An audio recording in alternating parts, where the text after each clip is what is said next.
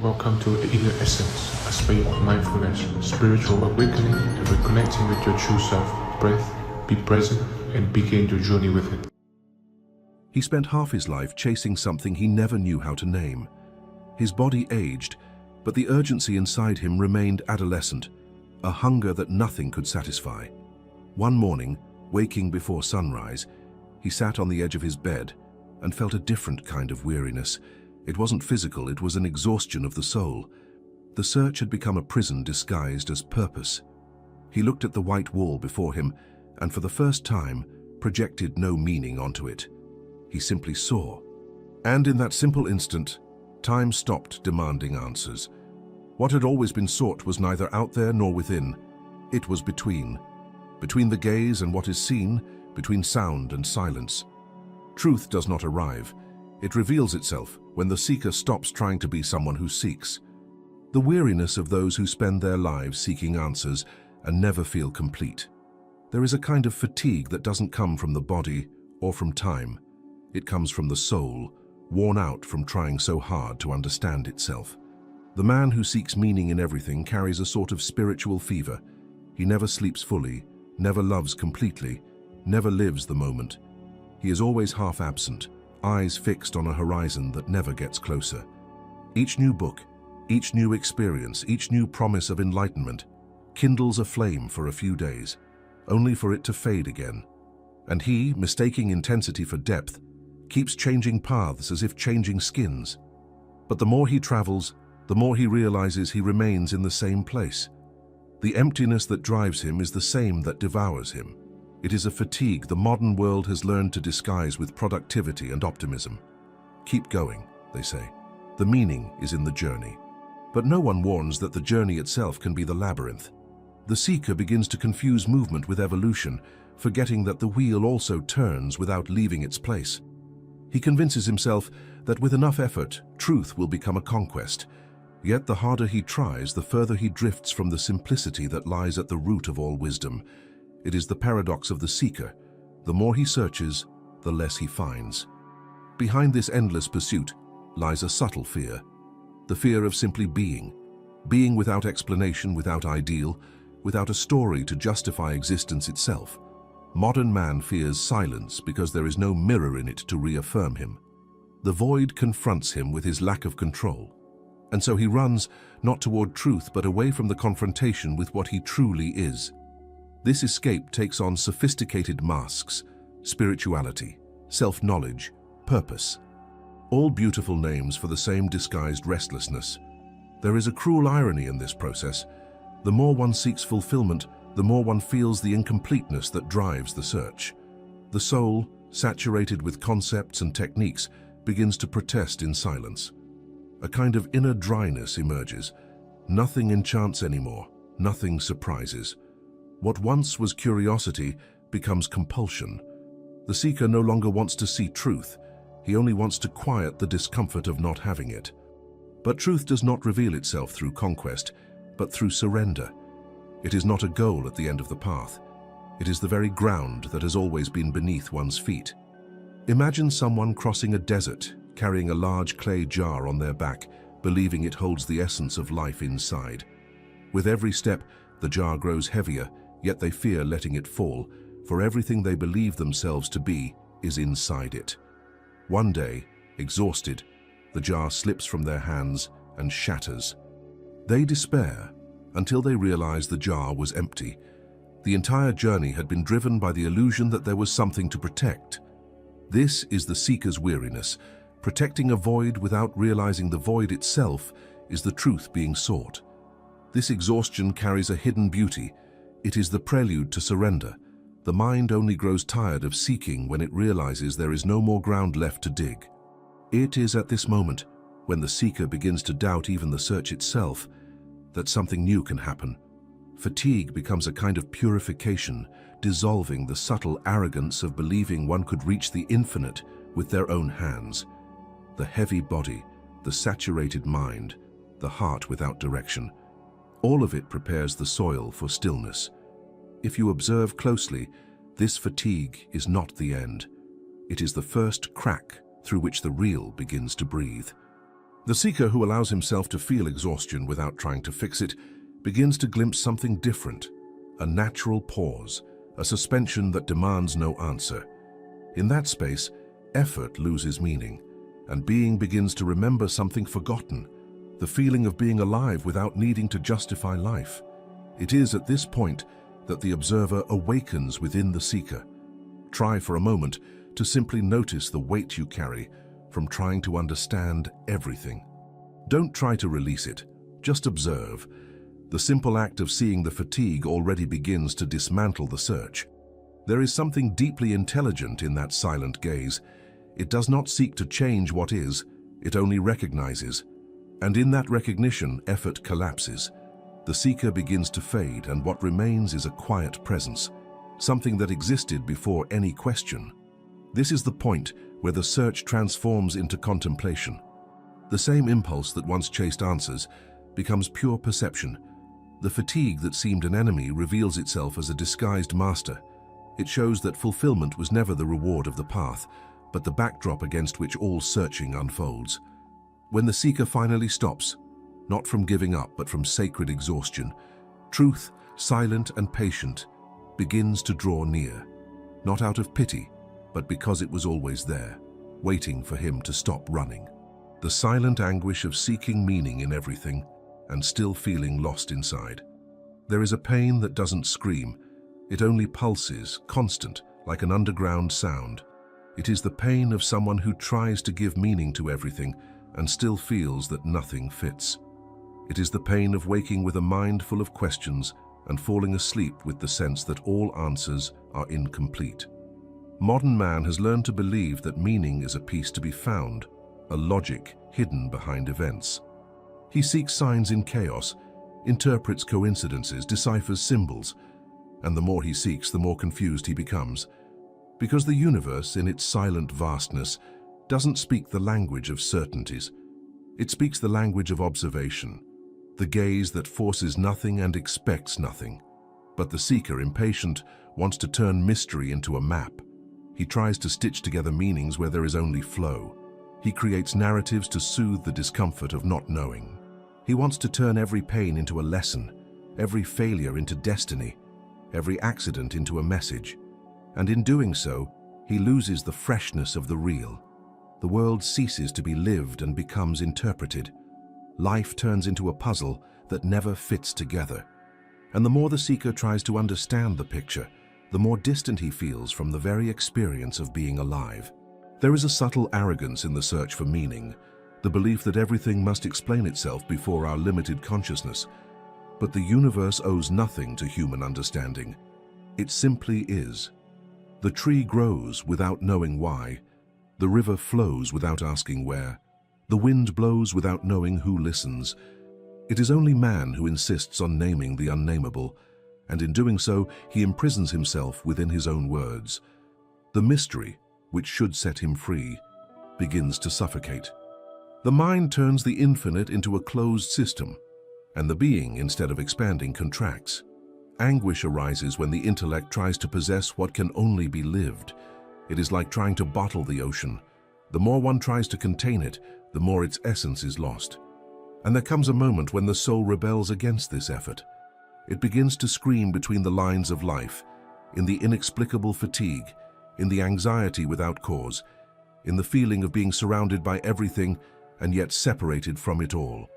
This is the pain of one who has become a slave to meaning. Behind this movement lies innocence, the genuine desire to understand. But what the seeker doesn't see is that the desire to understand may be the greatest obstacle to seeing. Understanding is born from comparison, from time, from memory. But seeing is born from the now. When man tries to fit experience into a mental mold, he stops feeling what is happening. He becomes a spectator of his own life, an analyst of himself. Everything becomes an object of study, and the subject is exiled from his own presence. This anguish is not a mistake. It is the fracture point where the mind begins to tire of being the center. It tries one last time to assert control over the mystery.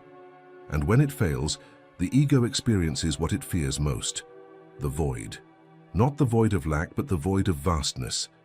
It is at this point that many give up or retreat into doctrines, trying to turn the infinite into dogma.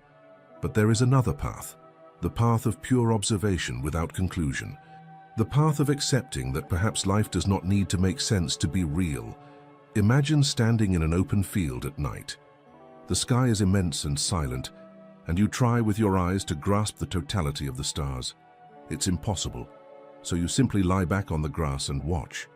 Gradually, the gaze stops searching and begins to surrender. What once was a frightening emptiness becomes a profound presence. The same happens with life. The moment we stop demanding meaning is the moment we begin to truly feel it. This is the paradox. While we try to understand what living is, we stop living. And when we stop explaining, life finally reveals itself. Meaning is not something to be deciphered. It is something that manifests when the mind falls silent. It is not hidden somewhere in the future, but scattered in every simple gesture, in the touch of water on the hands, in the distant noise of the city, in the silence between two words. There is a greater intelligence in the simple act of observing than in every attempt to understand. Because observing is being present, and being present is the only way to truly exist. The mind seeks safety in answers. The being finds freedom in questions that remain open. When man accepts not knowing, the world ceases to be an enigma and becomes a miracle again. If you allow it, breathe for a moment without trying to assign meaning to the breath. Just feel the air come in and go out. This movement, so ordinary and invisible, holds more truth than any theory about what it means to live. Meaning is not in words, it is in the direct experience of now. It is there that emptiness stops being frightening and becomes fullness. And so, little by little, the silent anguish begins to dissolve, not because it found an answer, but because it realized it may never need one. The seeker understands that life is not something to be comprehended, but something to be witnessed. And in that witnessing, a strange peace is born, one without reason, the first breath of a gaze that has finally learned to see. When the mind tries to control awakening and turns the journey into suffering, the moment someone realizes there is something beyond the surface of life often feels like the beginning of liberation. A crack opens, a flash of lucidity pierces the everyday, and the person feels they have finally found the trail of what they always sought.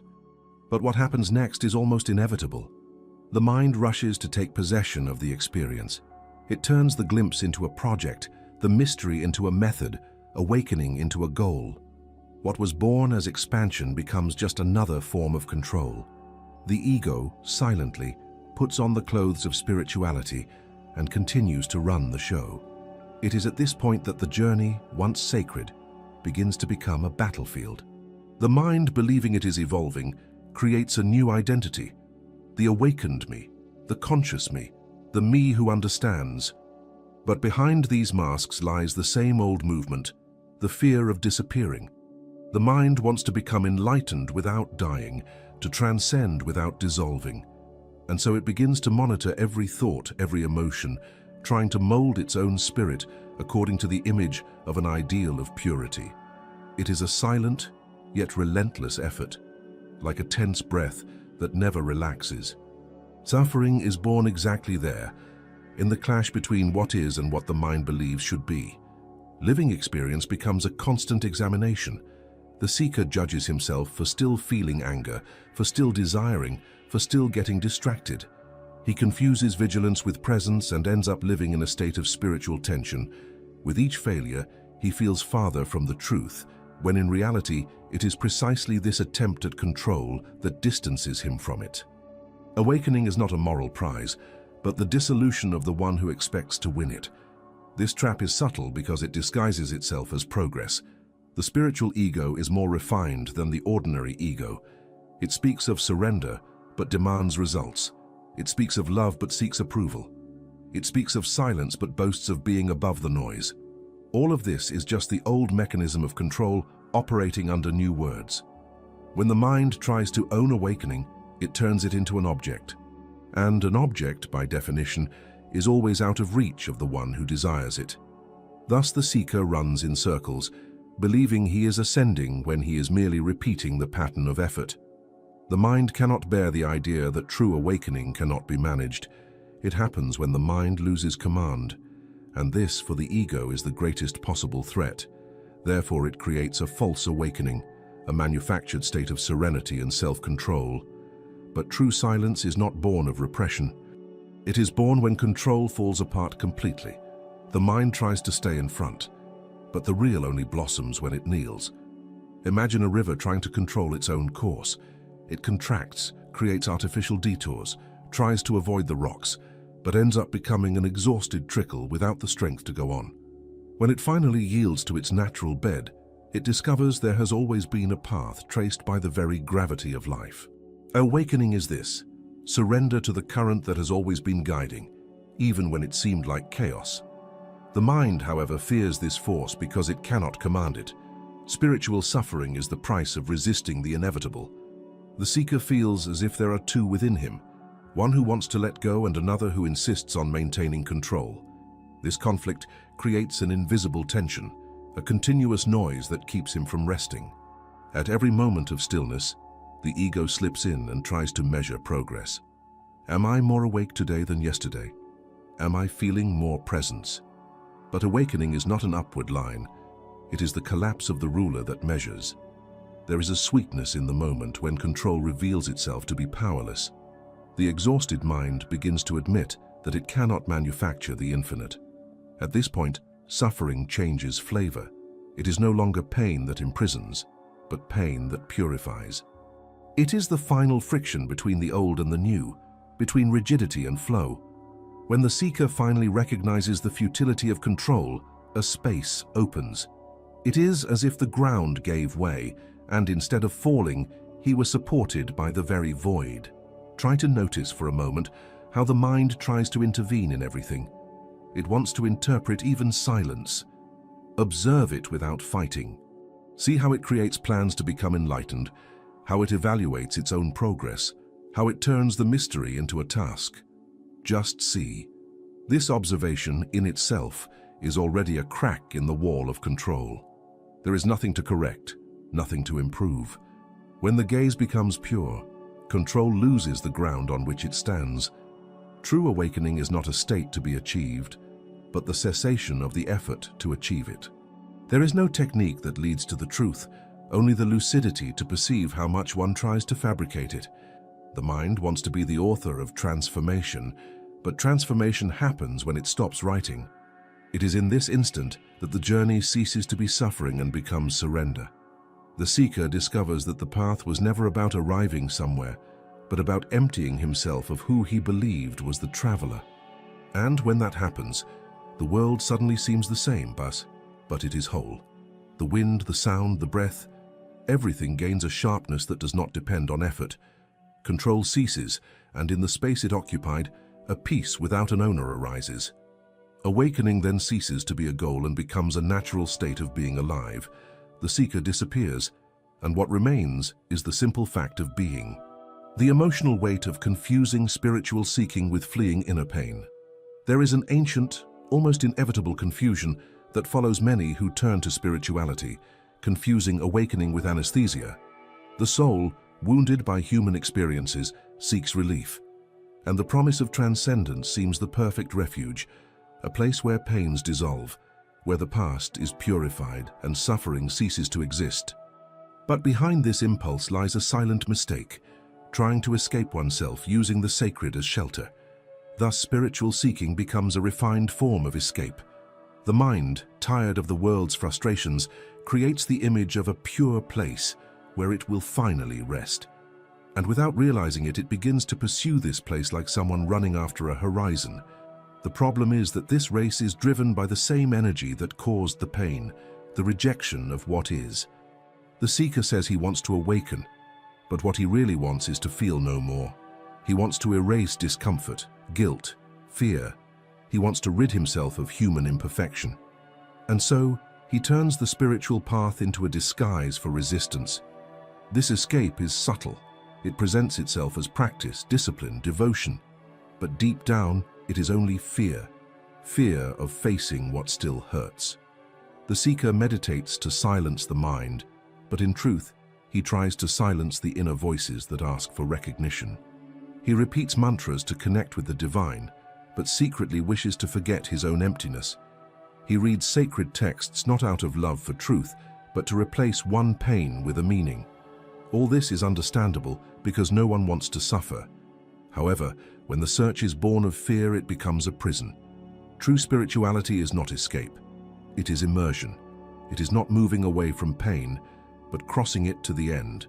It is allowing the wound to reveal what lies beneath its surface. For every pain holds sacred information. It shows the exact point where we still resist life. The seeker who tries to become enlightened to avoid suffering only postpones the encounter with his own shadow. He builds a wall of light around fear, believing he is safe. But the stronger the projected light, the denser the shadow it hides. There is an abyssal difference between transcending and escaping. Escaping is denying what is. Transcending is welcoming what is until it dissolves completely. When the seeker understands this, pain ceases to be an obstacle and becomes a passage. It turns into a teacher. Suffering loses the role of enemy and takes on the role of portal. But for this to happen, courage is needed. The courage to feel without interpretation, to look without trying to fix. Imagine a frightened child hiding in the dark, crying because she believes she is alone. The spiritual seeker is often this child dressed as an adult.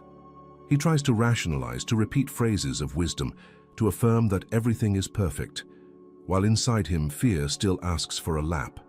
True compassion begins when the seeker stops teaching his own pain and begins to listen to it, not to heal it, but to let it exist. Pain, when accepted, dissolves naturally, because what keeps it alive is resistance. The emotional weight of confusing spirituality with escape is devastating. It creates a constant feeling of inadequacy. The seeker feels he is not evolving, that he is not awakened enough, that he still feels too much. This self-judgment keeps him trapped in the same structure of suffering he believed he had transcended. He compares himself to masters and saints, measuring his own humanity against ideals of purity. But awakening is not the end of emotions. It is the reconciliation with them. The awakened one is not the one who does not feel, but the one who feels everything without getting lost. Anger, sadness, loneliness all continue to arise, but they are no longer seen as enemies. They are expressions of the same flow of life. What changes is not the content of experience, but the relationship with it. The seeker stops resisting. The pain that once crushed him becomes light because it no longer needs to be denied. Emotional weight dissolves in acceptance. Try looking within without haste and recognize the exact place where the impulse to seek comes from. Is there a pain there? A fear? A desire to erase something from the past? Just observe. Do not try to turn this into virtue or into guilt. Just see. This honesty is the beginning of true spirituality, because truth never reveals itself to those who pretend. It manifests in the simplicity of those who dare to be transparent with themselves. Inner pain is not a mistake on the spiritual path. It is the very portal of awakening. Every attempt to escape it postpones the encounter with the real. But when pain is welcomed, when it is felt in its totality, it opens like an ancient flower. And at the center of this flower there is silence, a silence that denies nothing, but embraces everything. At this point, the seeker realizes there is nothing left to flee nor to seek. What remains is a kind of peace that does not come from conquest, but from reconciliation. Pain loses the power to govern because it has been listened to the end. The seeker at last understands. The light he sought was not beyond the shadows, it always shone within it. The instant when exhaustion forces the self to stop and silence begins to reveal. There comes a point in the journey when the search itself breaks. No teaching seems to work, no practice offers relief, and even the words that once sounded profound lose their shine. It is as if the universe, with brutal delicacy, removed one by one the invisible supports the seeker used to hold himself up. What remains is a raw emptiness, the tired body, the saturated mind, the disarmed heart. It is the collapse of will. The self, exhausted from trying so hard, surrenders not out of wisdom, but out of depletion. And paradoxically, it is at this point where everything seems lost that the true path begins. Tiredness is not an obstacle. It is the universe's natural gesture, calling the seeker back to the center. When the mind is exhausted, silence appears not as absence, but as pure presence. It does not arrive with heavenly music or epiphanies. It arises as an inner space, simple and vast, where the noise of seeking finally quiets. It is a silence that asks for nothing, that promises nothing. It simply is. All his life, the seeker believed he needed to do something to approach the truth. Think, meditate, purify himself, serve, understand. But when effort reaches its limit, action itself dissolves into sacred inertia. And in this involuntary rest, something greater begins to act. It is as if the self finally stopped being the author of its own transformation and became the stage where it happens. Silence is not conquered. It is revealed when noise grows tired of itself. The moment of exhaustion is a dangerous threshold because the mind tries to resist until the last second. It says, "Don't stop now, you're so close." But what is really close is not the success of the search, it is its end. The mind fears silence because in it, the mind ceases to exist as the center. It would rather go on suffering than disappear into stillness. And yet the moment arrives when even fear is exhausted. That is when the seeker, for the first time, stops completely. It is not a physical stop, it is an inner suspension. Time seems to dilate, the air gains weight, the gaze becomes transparent, the body remains alive, but there is something in it that rests for the first time. There is no longer any desire to understand, to heal, to evolve. All this dissolves in the simplicity of being present. It is as if the entire universe breathed with you, without hurry, without direction, without need. In this state, silence is not an absence of sound, but a living substance. It pulses between the cells, passes through emotions, touches thoughts. Everything continues to exist, but without friction. The pains that once screamed now only dance slowly, without drama. The memories are still there, but they lose the power to wound. The past is not erased, it simply becomes harmless. The mind tries to come closer to analyze what is happening, but finds nothing concrete. What it finds is a presence that cannot be thought, only perceived. This presence is what many call truth, not because it brings answers, but because before it, the questions fall apart. Life no longer needs to be deciphered. It simply is, and that is enough. Silence reveals that there has always been a flow sustaining everything, even chaos, even suffering. The seeker, once obsessed with understanding, realizes that understanding was never necessary. The real does not ask for interpretation, it asks for intimacy. There is a moment in this silence when something shifts deeply within the self. The energy that was previously spent trying to control the experience draws back, and what arises is a kind of peace that cannot be created, only recognized. It is a return to what was never lost. The seeker realizes he has not arrived anywhere. He has only ceased the movement that kept him distant from himself. This is the point at which the self begins to live what it had previously only understood intellectually. The words surrender, presence, truth cease to be concepts and become body, breath, pulse. The silence that seemed empty reveals itself to be full of life. It is the womb of the real, the space where everything manifests and to which everything returns. And perhaps it is at this moment that something within you also wants to stop seeking, fighting, understanding, to simply rest in what is. Allow yourself this now, even for a few seconds. Breathe and feel the weight of your own body supported by something invisible. There is nothing that needs to be corrected, only perceived. Silence demands neither faith nor effort. It asks only one gesture: to stop. Because it is in the seeker's rest that truth finds passage. If this moment of pause touched you in any way, take a deep breath and like this video right now. This helps this message reach others who are also tired of searching. And in the comments, write the sentence, "I allow silence to find me." May this symbolic declaration be the beginning of your own inner rest. The pain of letting go of control and allowing truth to come without effort.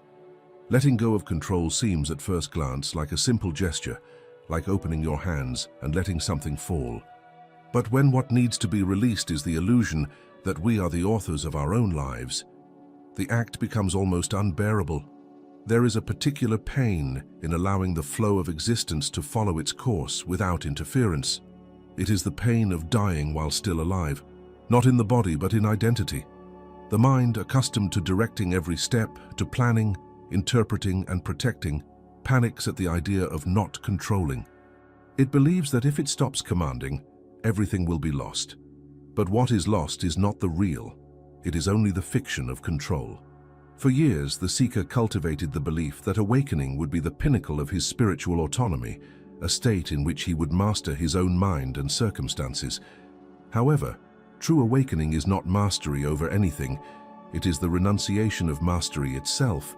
It is realizing that life happens through you, not because of you. This realization, though liberating, wounds the deepest pride of the mind. It doesn't want to be the channel, it wants to be the author. It doesn't want to flow, it wants to decide.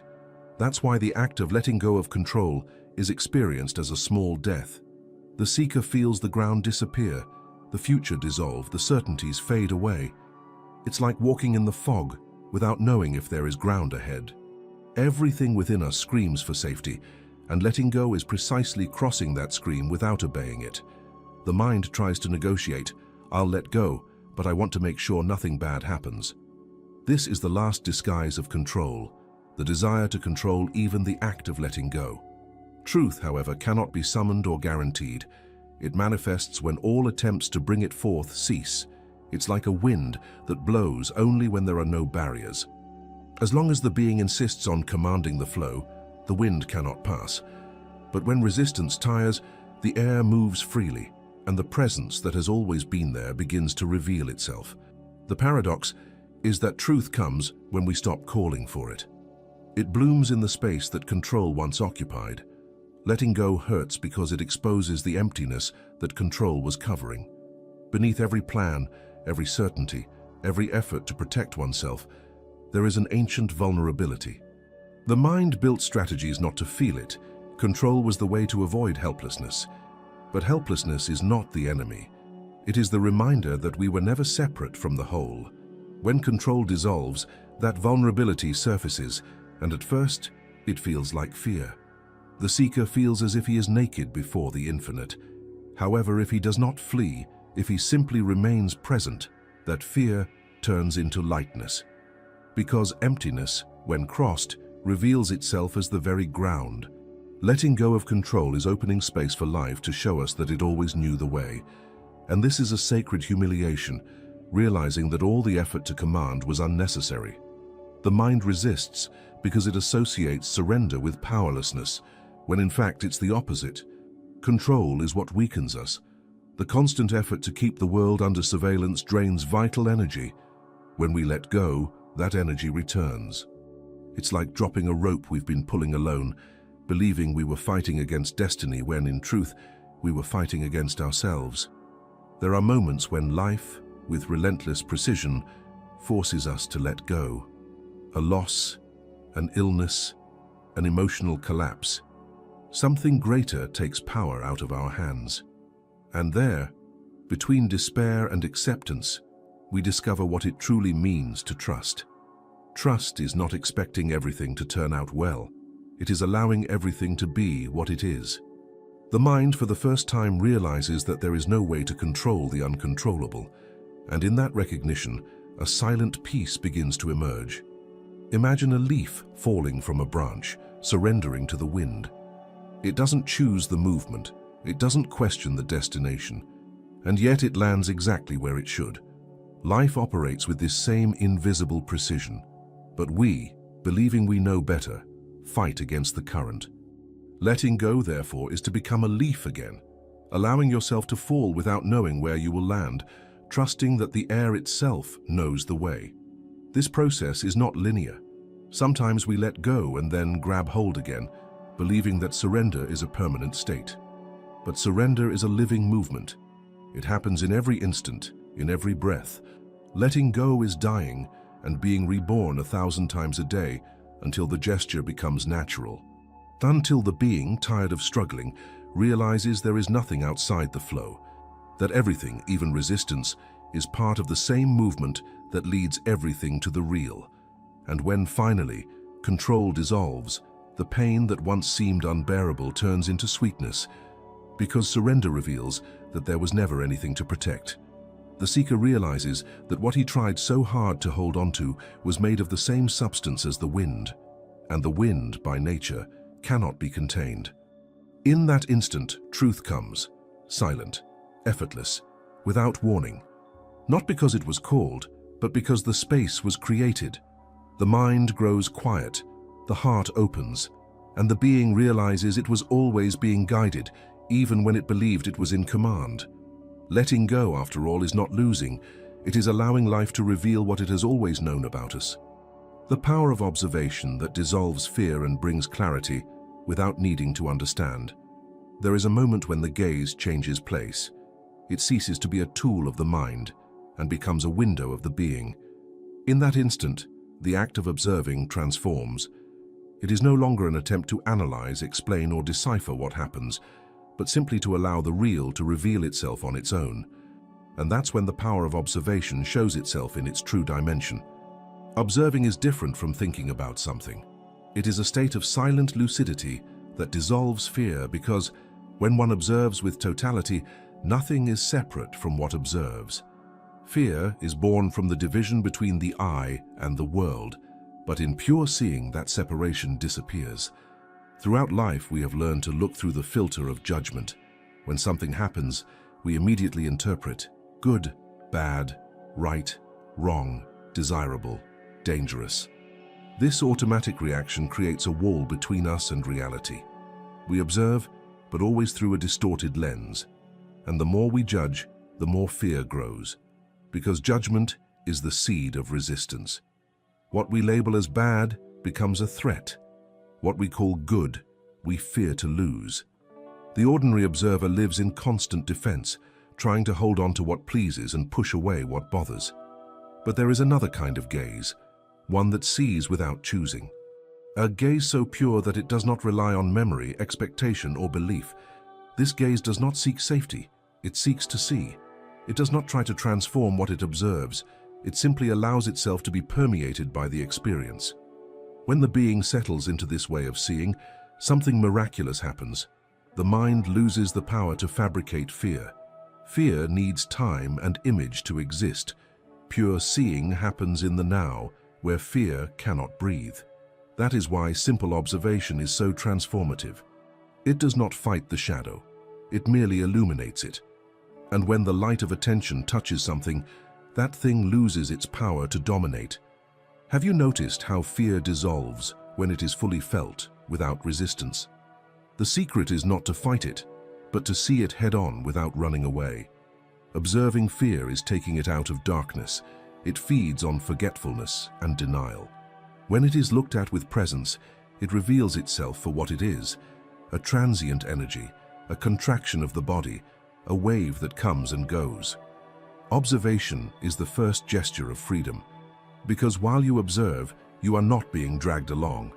The simple act of seeing creates a space between the phenomenon and the reaction. In that space, consciousness breathes. It is there that clarity arises, not intellectual clarity made of conclusions and theories, but a silent, almost physical clarity.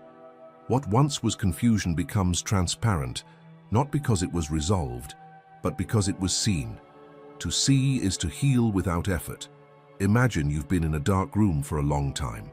Suddenly, a crack of light opens in the wall. The furniture that once seemed threatening reveals itself as ordinary. The shadow that caused fear was only a chair. What changed? The light. The object remained the same, but the gaze transformed.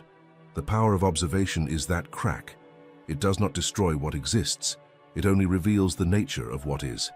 The mind often believes it can only be free from fear by understanding its causes. It wants to reason out the trauma, decipher the origin, create a map of pain. But true observation does not need to understand to free. It is intelligence itself operating, and that intelligence does not belong to the personal mind. It is something greater, a field of perception that acts on its own. When you observe effortlessly, you are allowing that intelligence to act, and it acts with precision, dissolving what is illusory and leaving only what is essential. This way of seeing is a living practice, though it resembles no practice at all. It can happen at any moment, in the midst of an anxious thought, during a conversation, while walking. You only need to remember to look, not to change what happens, but to see what truly happens.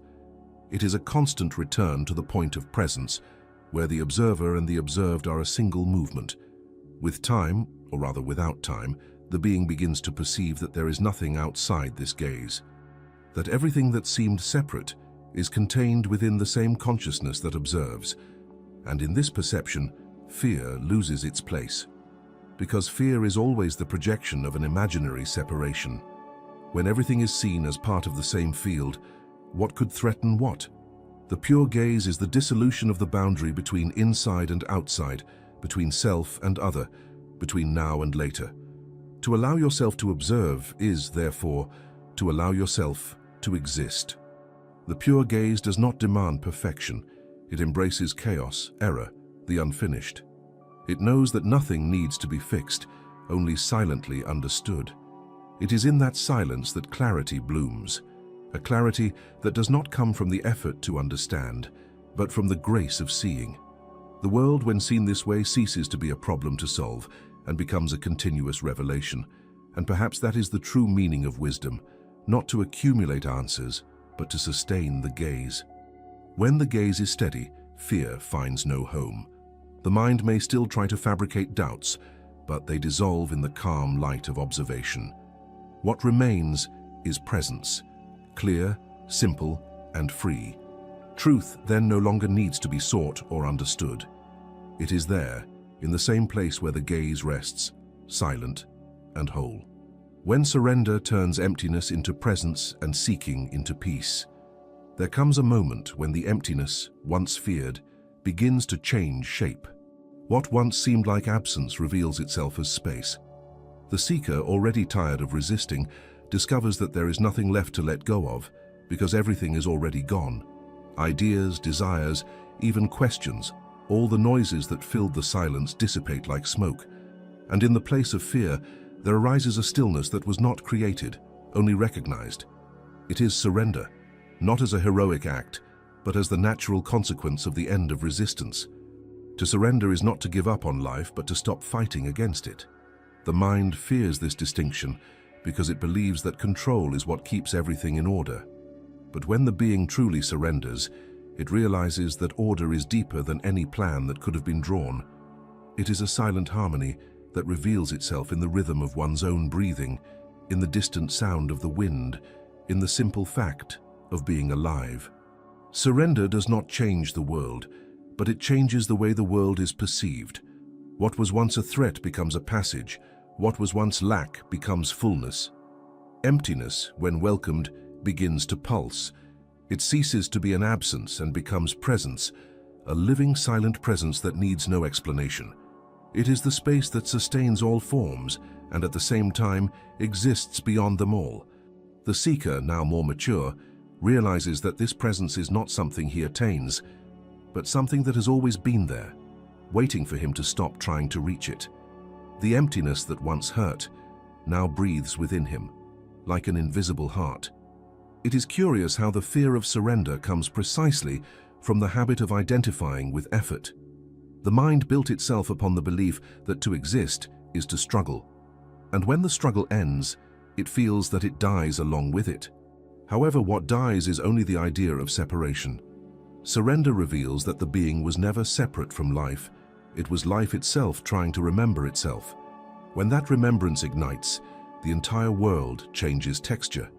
Time seems to slow down, the body feels light, and each moment becomes complete in itself. This silent presence demands no conditions. It does not depend on achievements, certainties, or understanding. It is the background of everything, even confusion, pain, and doubt. The difference is that now the seeker no longer confuses himself with the movement. He is the space that contains it. And that simple shift changes everything. Before, the search happened within effort. Now the search happens within peace. It is a paradox. The seeker continues living, loving, erring, dreaming, but without losing his center. The center is no longer in things, but in the presence that observes them all. In this state, the world ceases to be a sequence of events to control and becomes a flow to be lived. Surrender transforms even suffering into part of the sacred. Pain, when observed without rejection, loses its hardness. Pleasure, when lived without attachment, loses its poison. Everything becomes pure experience, free from interpretation, free from guilt. It is as if life unfolds within a vast calm. Nothing needs to be different from what it is. This serenity is not an emotion, it is a field of consciousness. The seeker discovers that peace is not the absence of turbulence, but the stillness that observes turbulence without getting lost in it. It is the silent vastness of the ocean beneath the waves. Even when the surface stirs, the depth remains unmoved. It is in this depth that surrender happens, not in words, but in the direct recognition of what has always been there. However, surrender is not a final point. It is the beginning of a new way of existing. The search that once was effort now becomes living curiosity. The being begins to move not out of lack, but out of fullness. Life ceases to be a path to walk and becomes a spontaneous dance between what is seen and what observes. Control disappears, but action continues. Only now it is born from listening, not imposition. Action comes from silence, and that is why it is precise. Imagine the moment when a drop of water finally surrenders to the ocean. During the entire fall, it fears disappearing. But when it touches the surface, there is no death, there is expansion. The drop does not lose its essence, it simply discovers that it has always been the ocean. So it is with the being that surrenders. The limited I dissolves, and the infinite breathes through it. The search then fulfills its purpose, not to lead somewhere, but to return the seeker to the place he never left. At this point, emptiness and fullness cease to be opposites. They are just faces of the same presence, and the seeker, now silent, understands without thinking. It has always been this. The entire life was a calling to stop resisting. The search was never for something outside, but for a way of seeing that excludes nothing. Surrender reveals that peace is not achieved. It is remembered. And emptiness, when inhabited, becomes home. When the being lives surrender in this way, the world continues to happen, but the weight disappears. Life goes on simple, ordinary, yet imbued with a lucidity that turns even the mundane into the sacred. The presence born from emptiness is so full that the seeker no longer perceives where he ends and where the whole begins.